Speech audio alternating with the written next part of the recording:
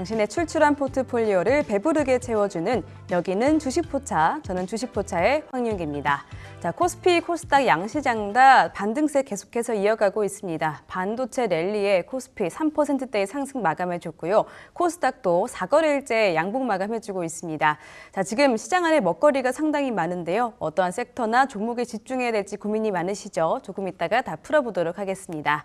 자, 우선 시장 안에서 급등하는 종목만 쏙쏙 골라주는 우리 전영욱 전문가님 만나보도록 할게요. 영욱 전문가님, 안녕하세요. 예, 반갑습니다. 자, 오늘도 우리가 한번 또 저평가되어 있는 종목을 한번 골라보자라고 말씀을 드리고 싶은데, 오늘은 이제 네이버라는 종목을 한번 보셨으면 좋겠습니다. 오늘 이제 뭐 이슈들이 많이 생겼었죠. 미국의 해상 AI 데이터 센터 스타트업, 판탈라사에 대한 투자를 한다는 소식이 또 나오면서 주가가 또 강하게 반응을 하고 있었죠.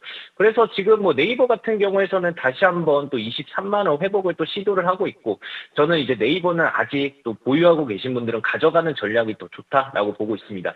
일단은 뭐 지금 23만 원을 넘어서는 게 가장 중요한 포인트인 것 같아요.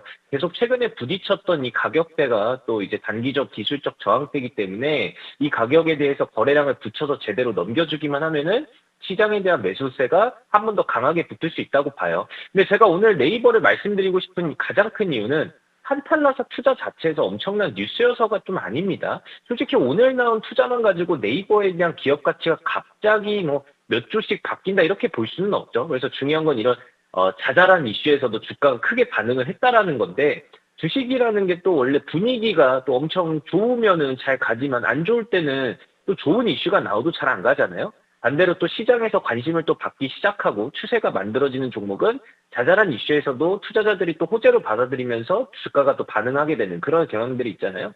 지금 저는 네이버가 그런 과정 속으로 좀 들어가고 있다라고 봐요. 그리고 오늘 뭐 판탈라사에 대한 투자도 그냥 뜬금없이 나온 이슈가 아니에요. 그러니까 판탈라사는 쉽게 말씀드려서 바다 위에서 파도의 힘으로 전력을 만들고 그 전력으로 AI 데이터 센터를 돌리겠다라는 미국 스타트업입니다. 그래서 지금 이제 보시면은 왜 네이버가 이런 회사에 투자를 했냐. 결국 AI 데이터 센터 핵심이 이제는 GPU뿐만이 아니라 전력까지 넘어가고 있어서 그렇잖아요. 그러면 AI 데이터 센터가 늘어나면은 GPU도 필요하고 서버도 필요하지만 이거를 24시간 동안 돌릴 전력도 필요하잖아요.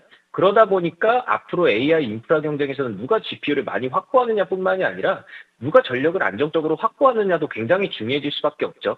그러면 네이버도 판탈라사에 투자한 것도 이런 차세대 데이터 센터 기술을 미리 확보하겠다라는 그런 흐름으로 보면 될 것 같고, 그리고 이거를 이제 앞에 있었던 이슈들하고 연결해서 봐야 되거든요. 그러면은 엔비디아가 또 이슈가 나왔던 게 엔비디아랑 네이버랑 한번 협력해보자 이런 이슈가 나왔었는데, 이게 그냥 한번 협력해보자 그냥 단순하게 이렇게 생각할 게 아니라 직접 지분 투자까지 들어왔잖아요. 그럼 AI 팩토리를 같이 만들어가겠다는 구조예요. 여기에 브룩필드하고 대규모 AI 인프라 확보도 추진하고 있고, 이번에서는 또 판탈라사 통해서 해상 데이터 센터까지 또 재생에너지까지도 영역을 넓혀가고 있다는 거죠. 하나만 놓고 보면은 뉴스일 수 있는데 연결해서 보면은 그림이 좀 달라지죠. 엔비디아 통해서 AI 연산 인프라 확보, 그리고 브룩필드하고는 대규모 데이터 센터 인프라 만들고, 판탈라사 통해서는 차세대 전력하고 해상 데이터 기술까지도 보는 거잖아요. 그럼 네이버가 검색이나 쇼핑만 하는 회사에서 끝나는 게 아니라 AI 인프라를 직접 구축하고 운영하는 기업으로 사업을 확장하려는 그림이 구체화되고 있다는 거죠. 물론 뭐 네이버에서 AI 팩토리에 돈을 많이 쓰지만 그게 실적으로 찍히려면 오래 걸리는 거 아니냐, 이런 이야기도 나오는데, 그래서 당장 다음 분기부터 데이터 센터에 대한 엄청난 매출과 영업이익이 찍히는 건 아니지만 지금 네이버 주가가 AI 기대감을 충분히 선방행해서 고평가 영역까지 올라갔을 때 이런 고민은 해도 늦지 않는다고 봐요. 그래서 네이버의 전체적인 주가를 보면은 저는 상당히 바닥권에서 있다고 보고 있거든요. 그래서 이제 막 바닥권에서 올라오는 과정이고, 과거에 또 고점까지 놓고 본다고 했을 때는 그때 아직 시원하게 돌파를 돌려놨다 이렇게 말하기도 어려워요. 그렇기 때문에 지금은 AI 데이터 센터 실적이 언제 찍히냐만 따지기보다도 네이버가 실질적으로 AI 기업에 얼마나 재평가 받을 수 있냐를 먼저 봐야 되는 구간이라고 보고 있습니다. 그리고 AI 데이터만 있는 게 아니잖아요. 네이버를 같이 보는 게 AI 광고나 커머스 쪽에서도 또 이야기가 나오고 있고, 그리고 AI 데이터 센터가 좀 긴 그림이라면 AI 광고하고 커머스는 상대적으로 좀 더 빠르게 실적으로 연결될 수 있는 부분이기도 하고, 게다가 여기서 최근에 나왔던 게 주주환원에 대해서도 이야기가 나오고 있잖아요.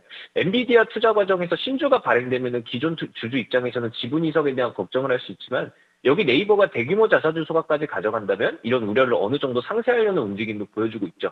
그래서 엔비디아 지분 투자와 AI 팩토리, 여기다가 브룩필드 대규모 AI 인프라, 그리고 오늘 나온 판탈라스 해상 AI 데이터 센터까지 조금 더 빠르게 실적으로 연결될 수 있는 AI 광고하고 커머스, 여기에 자사주 소각을 통한 주주환원까지 여러 재료들이 계속 붙고 있다는 거예요.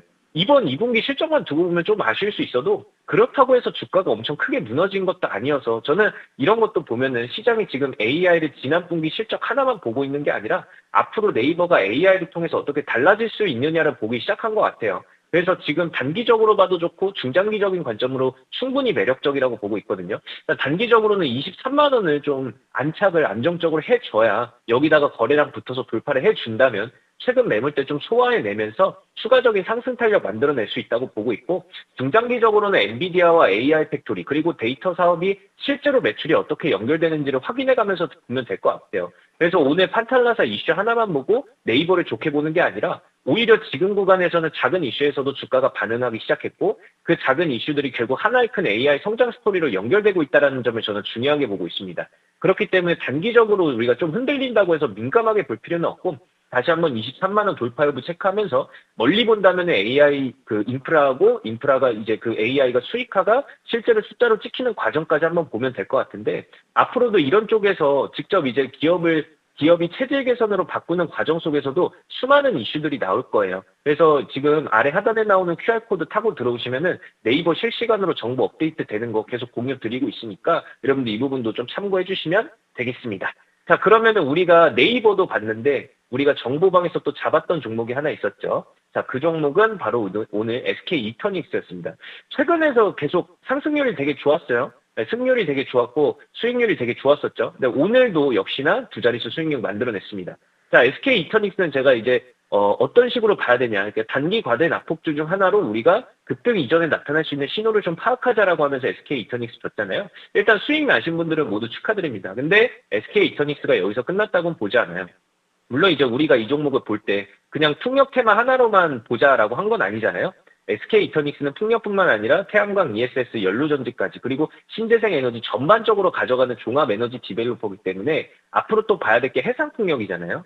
그래서 해상풍력 프로젝트 규모 자체가 크기 때문에 사업이 또 계획대로 진행되고 상업운전까지 연결되기 시작하면 회사의 실적 규모 자체가 한 단계 올라갈 수 있기 때문에 저는 이런 과정 속에서도 충분히 또 SK 이터닉스가 실적 기반으로 각광을 한 번 더 받을 수 있지 않나 이렇게 보고 있기 때문에 아직 끝난 건 아니다라고 말씀을 드리고 싶습니다. 게다가 오늘 또 SK 이터닉스만 보면 안 되죠.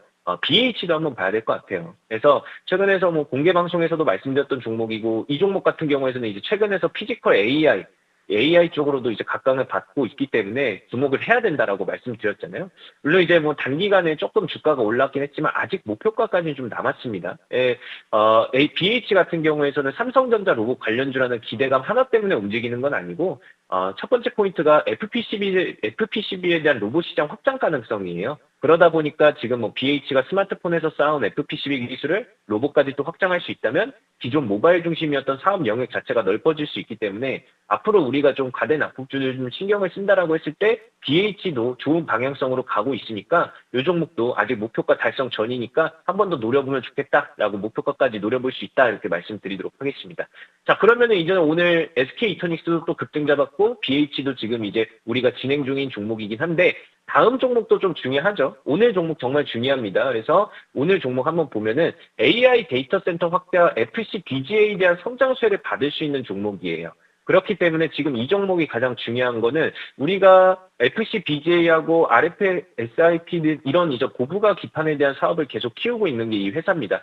AI 데이터 센터가 계속 늘어나면 뭐 GPU나 CPU 같은 고성능 반도체가 더 많이 필요하고 그거를 자연스럽게 FC BGA가 고부가 기판 수요도 커질 수밖에 없기 때문에 이쪽에서도 좀 강자라고 좀 볼 수 있고요. 그리고 앞으로도 FC BGA가 본격적으로 실적에 기여하기 시작한다면 AI 반도체라는 새로운 성장축이 하나 더 생기는 거다 보니까 이 종목도 좀 중요하다라고 보고 있습니다. 게다가 또 뭐 피지컬 AI 쪽에서도 뭐 자율주행차나 휴머노이드 로봇 주변 환경을 또 인식하려면 눈이 필요하잖아요. 그러다 보니까 카메라, 레이더, 그리고 라이다 같은 센싱 기술이 또 보유를 하고 있기 때문에 이 기술을 모빌리티하고 로봇 센싱으로도 확장시킬 수 있어서 이 종목은 그냥 단순히 이제 아이폰 부품주 뭐 이런 쪽에서 끝나는 게 아니라 카메라 부품주 이쪽에서 끝나는 게 아니라 AI 반도체와 FCBGA 그리고 피지컬 AI 센싱 이 세 가지 성장 모멘텀을 동시에 볼 수 있는 종목이기 때문에 이 종목도 한번 받아갔으면 좋겠습니다.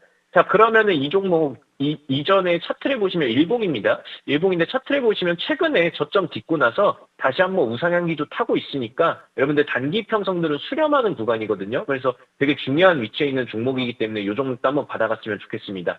자, 이전에서도 우리 계속 말씀드리지만 세아메카닉스, 아리타이츠 아가방 컴퍼니, 대원전선, CP 시스템, 솔트룩스, A전자 그리고 남아토건 상한가 2번까지 그리고 비셈전자와 오늘 SK 이터닉스 그리고 BH까지 계속 수익 나고 있거든요. 그래서 최근에 제가 드리는 종목이 수익이 굉장히 좋아요. 그래서 이번 종목도 좀 중요하니까 이 히든주도 꼭 받아가셨으면 좋겠습니다.